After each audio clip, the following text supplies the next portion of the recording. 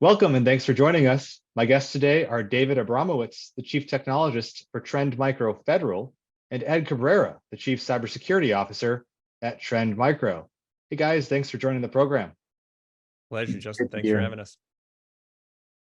And so obviously we're focused today on how cloud technologies are being used by federal users, kind of from the headquarters to the field, how law enforcement agencies are trying to move capabilities and tools to the edge, make data easier to use and share.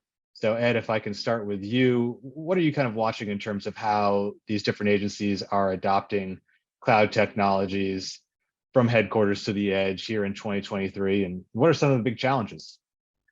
Well, I think absolutely it's a lot of opportunities, and there is some challenges associated with delivering cloud applications and cloud resources to the field, right? So whether it's law enforcement, military, the intelligence community, and one thing it's in common with all three is really field operations.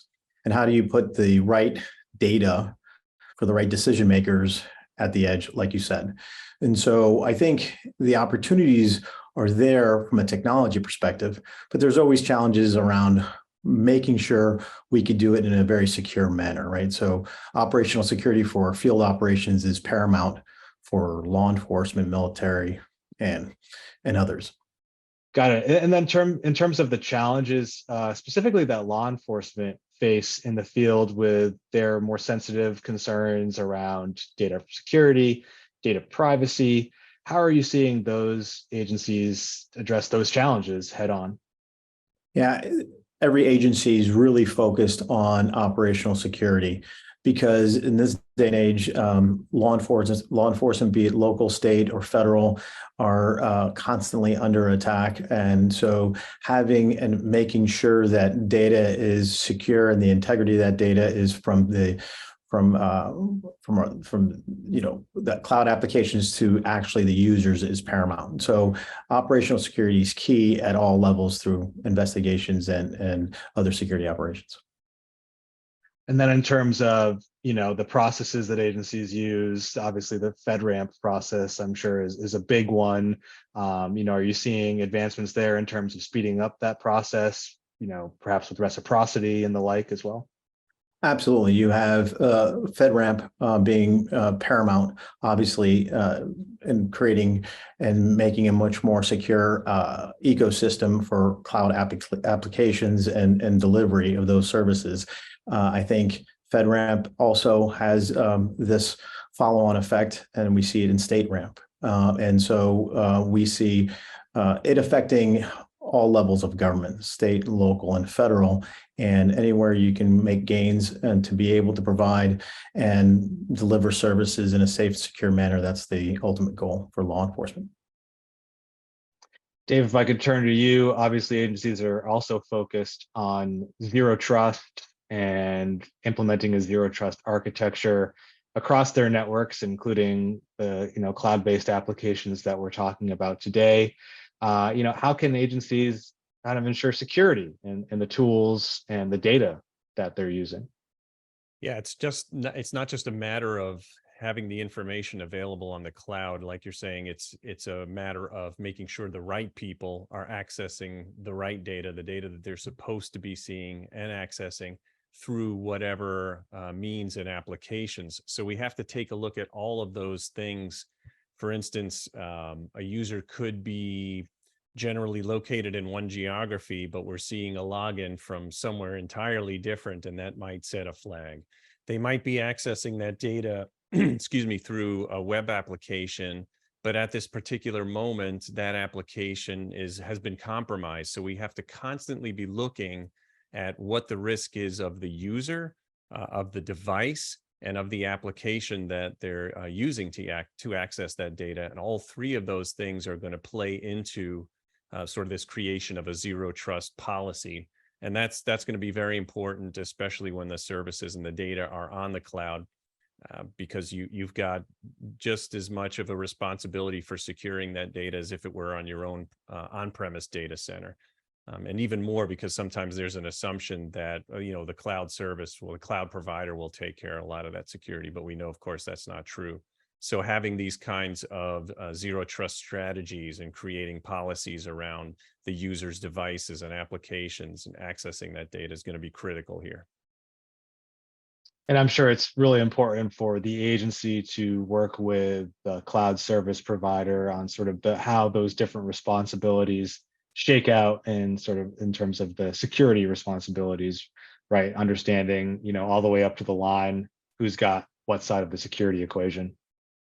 Absolutely. And there are going to be some times, for example, when there's sensitive data being spun up in an instant, maybe on a new instance, and making sure that that's immediately protected with the right policy and so on and so forth, so that information, whether it's something that's been sitting around for a while or whether there's an instantaneous access need, that the protection mechanisms are going to be in place, because the cloud providers do provide some security, but at the end of the day, we're responsible really for protecting the data as well as the access to it.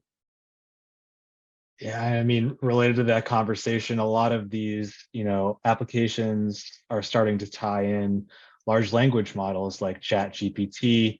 And I think we're seeing reports that there's, a lot of data that's being shared with these models that maybe companies weren't necessarily aware of, or weren't exactly approving of beforehand, and of course, law enforcement agencies can't have a situation like that with their sensitive missions.